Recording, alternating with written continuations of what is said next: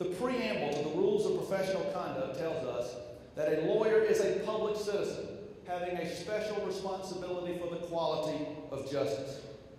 And if it's rare that a lawyer has to make a courageous choice between allowing a crime to be committed and disclosing a client's confidences, it's not rare that a lawyer has an opportunity to display that special responsibility for the quality of justice. We also see this play out in our courtrooms. Everyone in this room remembers Frank Eppes, the fabled circuit judge from right here in Greenville. The stories we all tell about Judge Eppes are hilarious.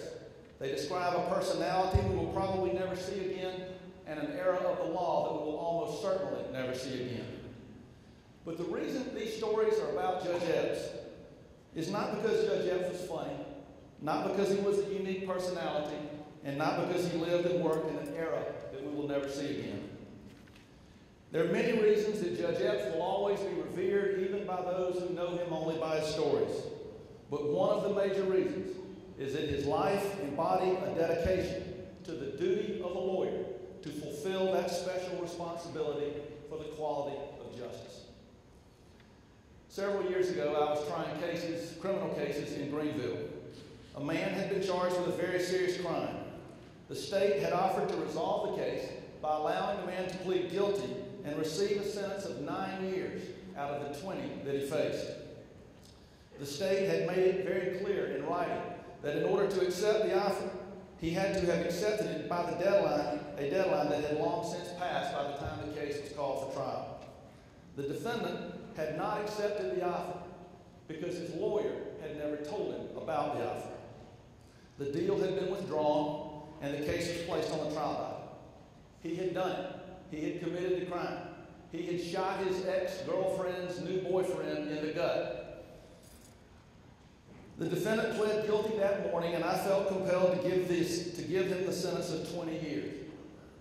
The courtroom was full of people that day, and many of the people in the courtroom were lawyers. Everyone heard the whole story. Everyone grieved for the victim as he explained from his wheelchair that he would never walk again.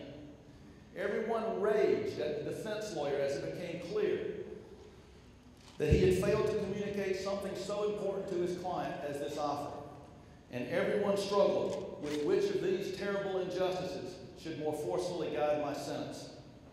But nobody struggled with whether the lawyer had done an injustice to his client. That much was clear. One man, one lawyer, resolved to do something about that injustice. I watched him fidgeting during the plea, and especially while I deliberated over the sentence. I watched him wince when I announced that the sentence would be 20 years. I watched him get up from his chair and go and speak to the defendant as the law enforcement officers escorted him out of the courtroom in handcuffs. And then I watched him go over to the defendant's father and talk. As I watched him, and as I struggled within myself as to whether I had done the right thing, I knew what would eventually happen, and I was right. The lawyer volunteered to represent the defendant. He filed a post-conviction relief action, and he got the defendant's sentence changed to 9 years because the defendant had been denied the effective assistance of counsel under the Sixth Amendment. Now, you might initially think that the time frames don't match up. When I tell you that the lawyer who stood up and courageously took the reins to see that justice was not denied to that defendant was Frank Eppes. But perhaps my point that the courage of a lawyer lives on in the lives of the people we touch will be made more strongly when I tell you what most of you have already figured out, which is that the lawyer was Frank Eppes, Jr. A man those who know him know inherited at least two things from his father: a keen sense of his special responsibility for the quality of justice and the courage to do something even unpopular to fulfill that responsibility.